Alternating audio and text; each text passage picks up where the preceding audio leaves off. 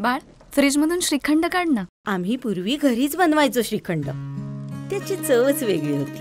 आता काय सगळं रेडीमेड. आजी, हे श्रीखंड खाऊन बघ. आज तुझ्या आईनं घरीच बनवलं की काय? हे आहे गोकुळचं श्रीखंड. अगदी जिभेवर रेंगाळणार. जिभेवरच नाही तर मनावरही रेंगाळणार. गोकुळ श्रीखंड, मनावर रेंगाळणार. बेकायदेशीररित्या पिस्तूल बाळगल्याप्रकरणी एकास अटक, 1 पिस्तूल 4 जिवंत राऊंड जप्त.